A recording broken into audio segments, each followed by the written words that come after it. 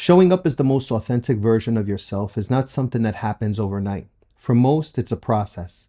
Today, we're going to talk about growing into the highest expression of your authentic self.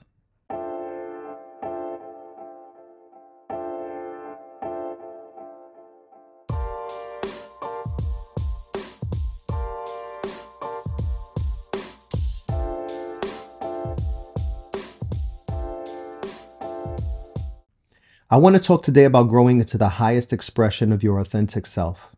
If you follow my social media, my podcast, or if you know me personally, you know that the topic of authenticity is something that's very close to my heart. It's not something that I've always understood, and if I'm being honest, that word only came into my vocabulary maybe about 15 years ago. At the time, I was a couple of years into a business I started providing recruiting services for medical practices. One day I was speaking with someone about my aspirations and my goals for the business, and I said something along the lines of, I want to be the best healthcare recruiter in the country. But with so many recruiters out there, how can I convince prospective clients that I'm the best? And the person I was speaking to said, people don't always want someone that's the best. They want someone that's authentic. It was a casual conversation. There was nothing seemingly special about it or different. And that person didn't have any entrepreneurial, business, or recruiting experience. But something about that statement, people want someone authentic, just stuck with me. Just like a store that you notice for the first time on your route to work, but that's probably been there forever. Every time I drove past that place where we had this conversation, and I passed it often, the message, people want someone who's authentic, kept coming to mind. I didn't realize it, but that was the seed that God wanted to plant in me by a sower I never expected, a sower that didn't even realize they were sowing. God's funny like that. But that's a topic for another video. I find it interesting that we use the image of planting a seed when describing the moment of inception of something that is to grow and potentially become grand. We know that seeds grow into plants. We can follow the metaphor and see how something goes from a seed to a seedling to eventually its mature form. That mature form, depending on the seed, can produce flowers, vegetables, fruit, medicine, or just a leafy tree and provide shade. But there's a part of this metaphor that often gets overlooked. In order for the seed to grow, it has to be covered with dirt. While in the dirt, it's dark. There may be critters crawling around and starting to pick at it, people walking over it, and other trees around it that are so much farther in their growth process, making them bigger, stronger, and having bared much more fruit. And many times in this process of growth, the seedling or young plant look very different than they will when they finally mature. This young plant, wanting and believing that it can bear fruit, starts to grow flowers. And while the flowers are beautiful and fragrant, it's not what it wanted, it's not what it felt its purpose was, or what it was made for. But that's part of the process, and from those flowers grow the fruit. Your own journey to living as the most authentic expression of yourself is not much different. At some point, the seed is planted within you. Sometimes that seed is planted directly by something much bigger than yourself, or indirectly by something much bigger than yourself, through somebody else. Now, the part that's done for you is the planting of the seed. That's done for you.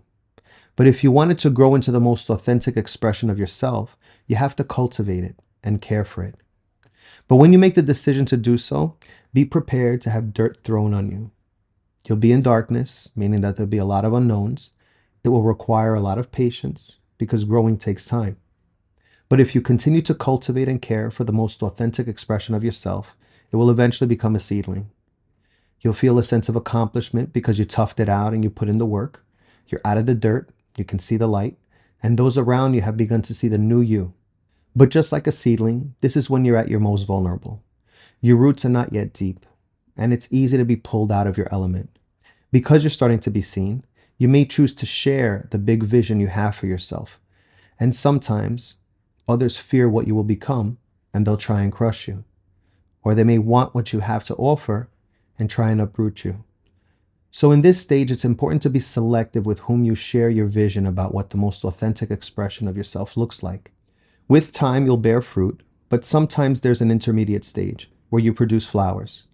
This might look like getting to a point where you realize that you've grown so much from where you were before. And perhaps you may think that the vision you had of yourself wasn't really what you were destined to become, because what you've done has produced these beautiful fragrant flowers. So while you are on another level, you revert to being comfortable and stop cultivating and caring for growth. There's nothing wrong with that. You've come a long way. You did put in the effort.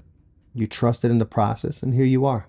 But when we're talking about authenticity and living authentically, we want to strive for the highest expression of our authentic selves. And in order for that to happen, you have to be okay with losing the flowers and losing the fragrance and letting those flowers die. What eventually grows from the stems where the flowers were may not be as fragrant, may not be as colorful, but it is in fact the fulfillment of your nature, your purpose, and as such, the highest expression of your authentic self. And when you begin to produce the fruit you were made for producing, you'll begin to attract others. You'll share that fruit. It will feed them and nourish them in some way.